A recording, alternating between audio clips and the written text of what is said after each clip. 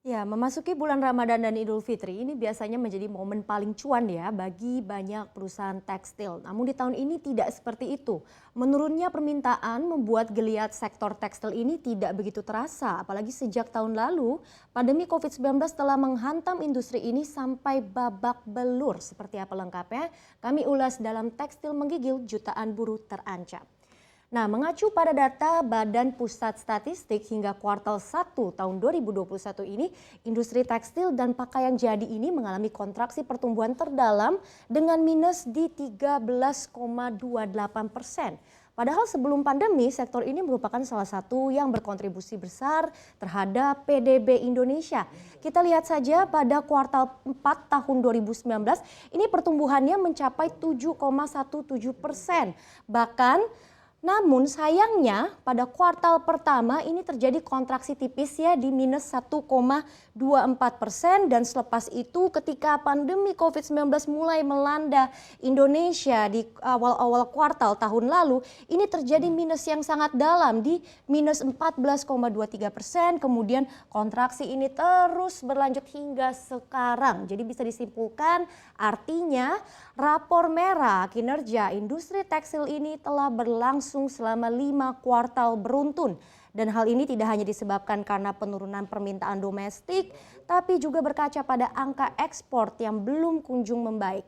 Nah, selama pandemi nasib industri tekstil ini menjadi sorotan, bahkan tidak sedikit pula yang mengaku sempat menghentikan produksi, lalu juga ada yang terkena kondisi likuiditas yang ketat hingga dihadapkan pada tingginya beban pembayaran bunga pinjaman. Bahkan tidak hanya itu, imbasnya adalah menurut data Kementerian Perindustrian ada sebanyak 1,5 juta karyawan di sektor ini yang harus dirumahkan. Lantas seperti apa kinerja emiten di industri tekstil? Kita akan cek di slide berikutnya. Ya, ada emiten pertama yaitu PT Sri Rejeki Isman Tbk atau Sritex yang memang belakangan ini jadi perhatian ya. Pasalnya perusahaan digugat atas penundaan kewajiban pembayaran utang atau PKPU oleh PT Bank KNB Indonesia. Dan selain itu Sritex ini juga mengalami masalah keuangan yang cukup berat. Rupanya dari tahun ini hingga tahun depan perusahaan memiliki utang yang akan jatuh tempo dalam jumlah yang cukup besar yaitu nyaris 10 triliun rupiah. Nah, atas hal ini pada awal April lalu Fitch Ratings juga menurunkan peringkat Sritex dari sebelumnya ini B- menjadi ke triple C. Lantas seperti apa sih kinerjanya pada tahun 2020? Nah, sebenarnya Sritex ini mencatatkan peningkatan pendapatan kenaikannya di 8,5% secara year on year menjadi sekitar 1,2 miliar dolar atau setara dengan 17 triliun rupiah.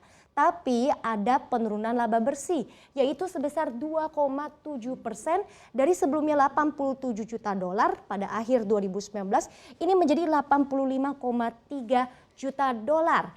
Nah, merusaknya kinerja keuangan Sritex juga bersamaan dengan pengurangan jumlah karyawan tetap. Per 31 Desember 2020 saja jumlah karyawan ini dilaporkan turun sebanyak 1.577 orang menjadi sekitar 17.188 karyawan tetap. Lalu kita beralih ke emiten tekstil berikutnya, ada PT Pan Brothers atau PBRX. Baru-baru ini sempat viral ya di media sosial, ada video ribuan pekerja perusahaan di pabrik Boyolali, Jawa Tengah yang melakukan aksi protes karena ternyata perusahaan ini membayar THR secara dicicil.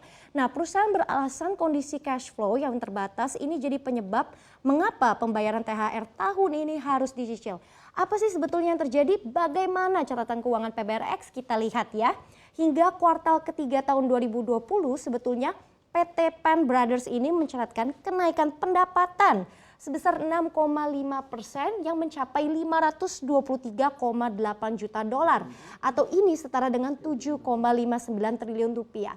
Sementara labanya ini memang naik tipis saja di 0,4% ke 19,3 juta dolar.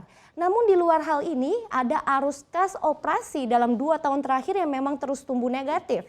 Per akhir 2019 arus kas PBRX ini minus 7 juta dolar, sementara pada tahun lalu arus kas perusahaan juga masih minus, bahkan minusnya ini 26 juta dolar atau sekitar 362 miliar rupiah. Lalu di slide berikutnya kita lihat lagi ada emiten milik Taipan Sri Prakash Lohia, perusahaan produsen polyester dan tekstil PT Indorama Synthetics yang mencatatkan penurunan pendapatan ini cukup tajam ya, hingga 23,3% menjadi 589 juta dolar atau setara dengan 8,2 triliun rupiah. Adapun ini labanya merosotnya lebih tajam lagi, ambles 83,6% dibandingkan dengan periode yang sama di tahun sebelumnya menjadi hanya 6,2 juta dolar atau 87 miliar rupiah. Nah, sebelumnya akibat pandemi memang pada pertengahan 2020 perusahaan sempat harus menghentikan sebagian operasional bisnisnya di 3 lokasi, yaitu ada di kota Purwakarta sampai ke luar negeri yang ada di Sri Lanka dan juga Uzbekistan. Padahal kontribusi pendapatan dari 3 sumber operasional tersebut disebut kurang lebih ada 25% pada tahun 2019 silam.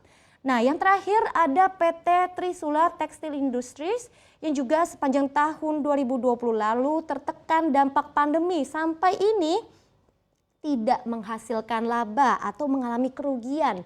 Ini terlihat dari pendapatannya yang anjlok 24,6% menjadi 538,3 miliar dolar dengan kerugiannya ini mencapai 16 miliar dolar. Nah, serupa dengan kebanyakan perusahaan, tahun 2021 ini diharapkan bisa jadi momentum pemulihan kinerja bisnis, tapi nyatanya bisnis di industri tekstil ini tidak hanya terganjal oleh efek pandemi karena masih ada tantangan lainnya. Kita lihat ya, apa sih sebetulnya tantangannya?